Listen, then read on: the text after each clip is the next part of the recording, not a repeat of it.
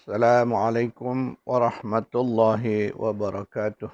A'udzu billahi minasyaitonir rajim.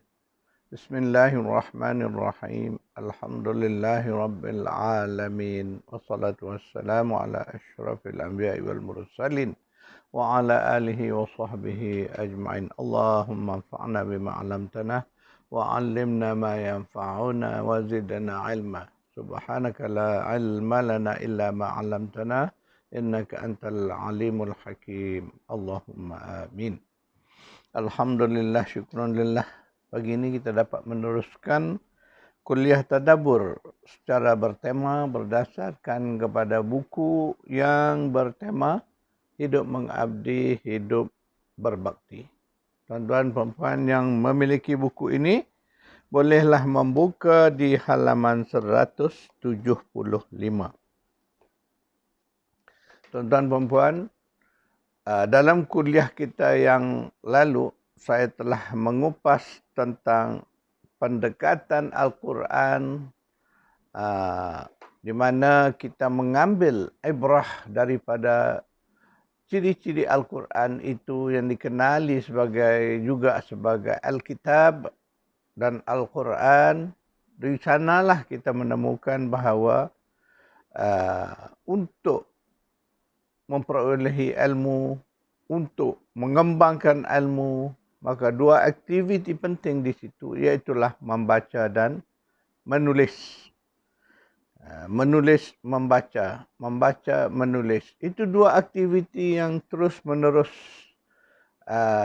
perlu dilakukan oleh kita sebagai umat Islam demi untuk mengembangkan ilmu.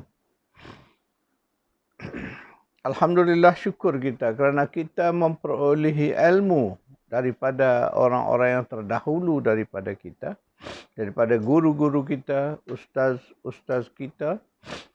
Ya, mereka mengajar kita melalui dua pendekatan inilah, membaca, menulis. Kita sebagai pelajar juga melakukan hal yang sama, membaca, menulis. Daripada asas, kita mula mengenal ilmu itu melalui proses membaca dan menulis, sehinggalah ke tahap yang lebih tinggi, kita sentiasa meningkatkan ataupun memperhaluskan kemahiran kedua-duanya. Itulah kemahiran membaca dan menulis. Kedua-dua bidang ini, membaca dan menulis, adalah satu bidang yang seandainya kita dapat fokus kepada kedua aktiviti ini, kemudian mempertingkatkan dari sudut kemahiran, maka kedua-duanya ini kita akan dapati ia merupakan satu alat yang sangat bermanfaat untuk kita mengembangkan ilmu, untuk kita mendapatkan ilmu bagi diri kita, dan dalam waktu yang sama untuk kita mengembangkan ilmu itu bagi dikongsikan kepada orang lain. Itulah sifat dua aktiviti ini, iaitu menulis dan membaca. Ketika mana Al-Quran dikenal sebagai Alkitab, mana ia adalah hasil tulisan.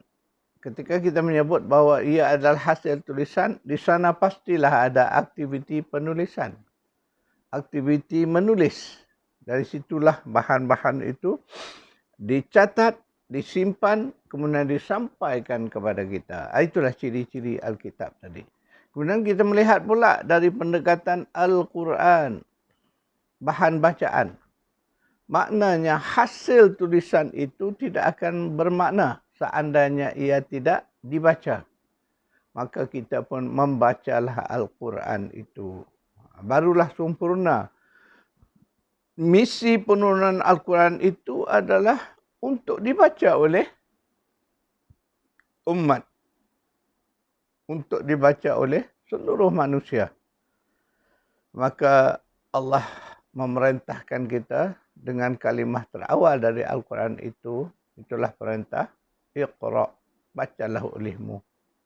Jadi perintah itu sangatlah menepati dengan apa yang kita sebut tadi, bahawa Alkitab yang diturunkan daripada langit itu adalah tujuannya supaya dibaca.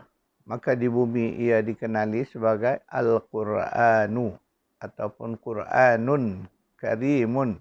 Itu yang disebut di dalam Al-Quran, ya. Tuan-tuan puan-puan, saya ingin menarik perhatian kepada isu kita pada hari ini. Saya melihat bahawa isu umat Islam hari ini, masalah-masalah yang dihadapi oleh umat hari ini, keadaan ataupun kondisi umat Islam hari ini sangat berkait dengan dua isu yang kita bincang, iaitulah isu membaca dan menulis. Kita melihat hari ini kita umat Islam ketinggalan. Kita umat Islam berada di belakang kemajuan hidup. Kemudian paling menyedihkan lagi, umat Islam hari ini menjadi mangsa kepada penindasan, penjajahan, penghinaan oleh bangsa-bangsa lain. Sedangkan kita dulu, bila kita kembali melihat sejarah, kita adalah umat yang hebat, umat terbaik. Tetapi hari ini, kenapa kita situasi kita menjadi terbalik? Menjadi umat yang mundur, menjadi umat yang bergantung kepada orang lain. Umat yang tidak mampu berdikari, apalagi untuk memimpin umat-umat lain. Di sinilah sebab itu saya selalu menginsafi situasi ini. Dia sangat berkait dengan aktiviti membaca menulis. Marilah kita lihat dan kita tanya diri kita sendiri. Komitmen kita kepada dua aktiviti ini. Sejauh mana komitmen kita kepada dua aktiviti ini sepanjang hidup kita? Tanyalah kepada diri kita, periksa diri kita, muhasabahlah. Di sana kita akan menemui kenapa terjadi demikian kepada nasib kita pada hari ini. Ingat tuan-tuan puan-puan, bahawa Allah menyebut bahawa Allah tidak mengubah nasib kita seperti mana disebut dalam surah Ar-Ra'd, surah 13 ayat 11. A'udzubillahi minasyaitonirrajim. Inna Allah la yughayyiru ma biqaumin hatta yughayyiru ma bi anfusihim. Sesungguhnya Allah itu tidak mengubah nasib sesuatu kaum itu, melainkan mereka lah yang mengubah nasib mereka sendiri. Ayat ini mengingatkan kita, inilah nasib kita hari ini. Kalau kita sekarang sedang menangisi nasib kita, menyesali nasib kita, maka kita salahlah diri kita. Jangan kita salahkan kepada takdir. Jangan kita salahkan nasib kita kerana salah ibu mengandung. Tidak, tuan-tuan puan-puan. Bila kita melihat keadaan, situasi yang terjadi di kalangan umat sekarang ini, maka sangat jelas bahawa kita ini sudah meninggalkan dua benda penting yang diingatkan oleh Al-Quran, iaitulah membaca, menulis, menulis, membaca, membaca, menulis. Yang ini kita tidak beri fokus, kita tidak beri keutamaan. Jadi apa yang saya sebut ini, tuan-tuan puan-puan, merupakan kritikan diri kita. Ya, bila saya sentuh isu-isu ini, kita jangan terasa hati. Dan jika kita rasa tersentuh, syukurilah ya bahawa itulah yang terbaik untuk kita berubah. Untuk kita bergerak ke depan. Untuk kita move on. Untuk kita perbaiki kelemahan-kelemahan diri kita. Saya melihat secara global, inilah isu umat Islam hari ini. Isunya ialah kerana apa? Mereka tidak suka kepada ilmu. Mereka tidak beri komitmen kepada ilmu. Mereka tidak suka kepada aktiviti membaca. Mereka tidak suka kepada aktiviti menulis. Sedangkan dua ini adalah intipati daripada Al-Quran itu sendiri.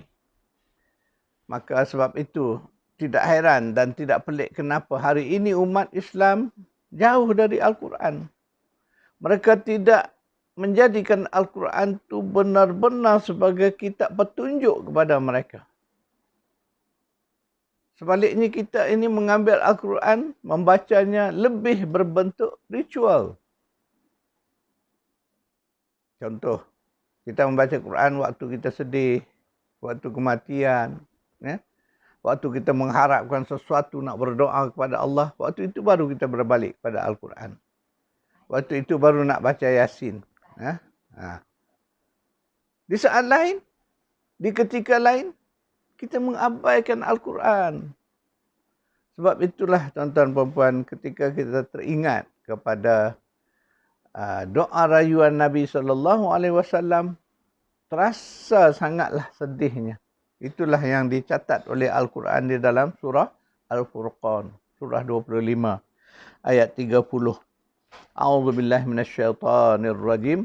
Wa qala ar-rasul ya rabbi inna qaumi ittakhazu hadzal qur'ana mahjura. Telah berkatalah Rasul, wahai Rabb, sesungguhnya kaumku telah mengambil Al-Quran ini, menjadikan Al-Quran ini sebagai benda yang ditinggalkan. Bahawa ramai di kalangan kita yang mungkin tidak sedar bahawa kita sedang melakukan apa yang disebut sebagai hajar Al-Quran. Tinggalkan Quran, tak pedulikan Quran, remehkan Al-Quran.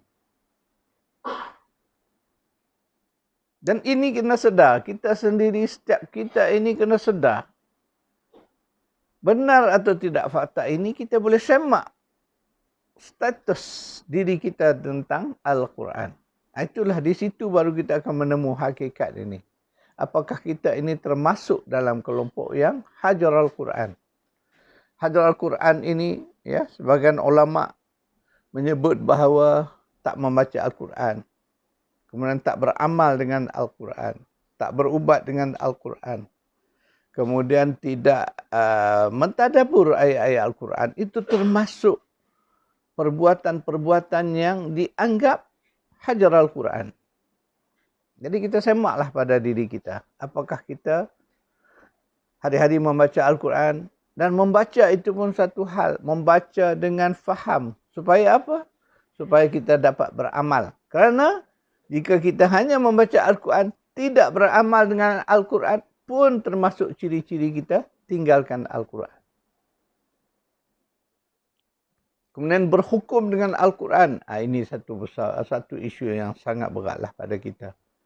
Bila menyebut hukum, menyebut undang-undang, ini menjadi isu yang sangat besar kepada kita sebagai satu ummah.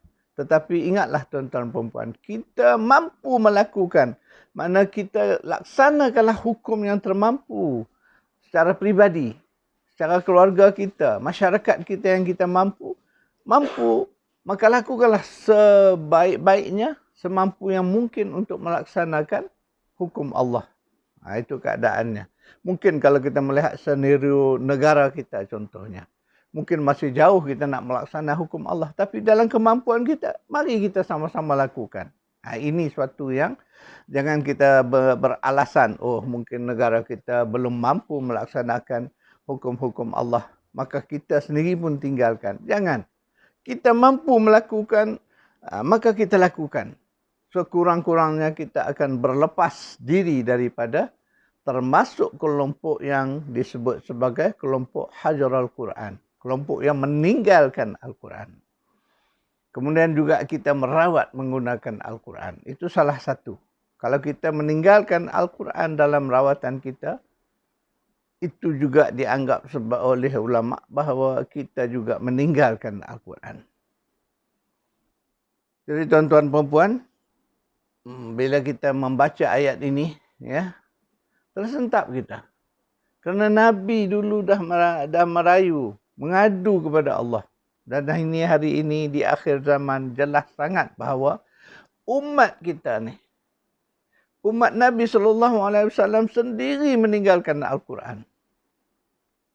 Itulah keadaan kita. Sebab itulah ketika mana kita nak mengajak orang kepada memahami Quran, Masya Allah, tidak ramai orang yang respon kepadanya. Mungkin sekadar untuk membaca, mengaji, ya, Yang kita faham mengaji dalam bentuk qiraah, membaca begitu saja, itu ramai orang lakukan. Tetapi nak belajar bersungguh-sungguh Al-Quran ini, sehingga kita faham apa makna Al-Quran ini, yang ini tak ramai orang yang bersedia melakukannya.